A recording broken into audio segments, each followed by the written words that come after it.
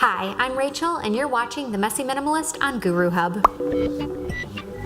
So last week, Dragonfly89 reached out saying, "There's so much clutter, I don't know where to start. P.S. I am not a hoarder." First, let me just say that you are not alone. When I first started decluttering, I was definitely in your shoes too. There were a lot of times where I had no idea how messy I was, and I think it was a really big awakening when somebody would come over to my house and say like, "Oh my gosh, Rachel, sorry my house is so messy, guys," and they'd be like, "Yeah, it's okay." Then you start to realize like, okay, maybe I actually have a problem here. It's called clutter blind, and it's the term that I use when you can't see through your own clutter. Let me just explain to you guys what I tend to do when I want to see through the clutter. You take a picture.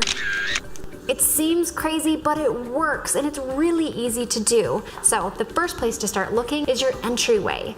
Your entryway is one of those places where you're going from your outside self to your inside self, your work self to your home self. And we all know that we're not the same person when we're in our house as we are when we're out of our house. We just aren't. It's just like this secret code we have. You walk in and typically you just like bleh. The solution? First, try separating out seasonal items to clear the space in the short term. And make sure you have enough hooks. If your hook to coat ratio is off, then you're in trouble. The next place I recommend you look at is your staircase. We are lazy when it comes to walking up and down the stairs. I don't always want to walk all the way upstairs if I'm gonna put clothes in my dresser. I might just go ahead and leave them at the bottom of the stairs with the intention of doing something with them later. Chances are, if you're clutter blind, you're gonna have a bunch of stuff just scattered there. Putting a basket at the top and bottom of your stairs can help big time with the clutter. Try to empty it at least once a day and you'll be in good shape.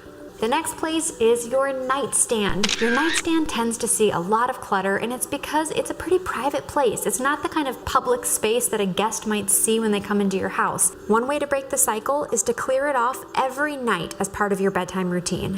It takes a couple minutes and you'll wake up happier. And then the last place that I recommend you look at is your bathroom counter. Your bathroom counter is a spot that you get ready in every morning, and so therefore your counter might look something like my counter, and if it does, you are clutter blind. I suggest that you keep one dish on the counter to put stuff in. Anything that doesn't fit is either put away on the spot or it leaves the bathroom with you. So that is clutter blindness. Hopefully now you have some ideas of where to start and you can see through your own clutter before somebody else does. And next week, we're gonna talk about another step when it comes to breaking the cycle of clutter, and it's finding homes for your stuff. This is gonna be a really big one. You're watching Rachel, the Messy Minimalist on Guru Hub. Don't forget, you can reach out to me on social media with your questions using #GuruHub for a chance to be featured in my next video.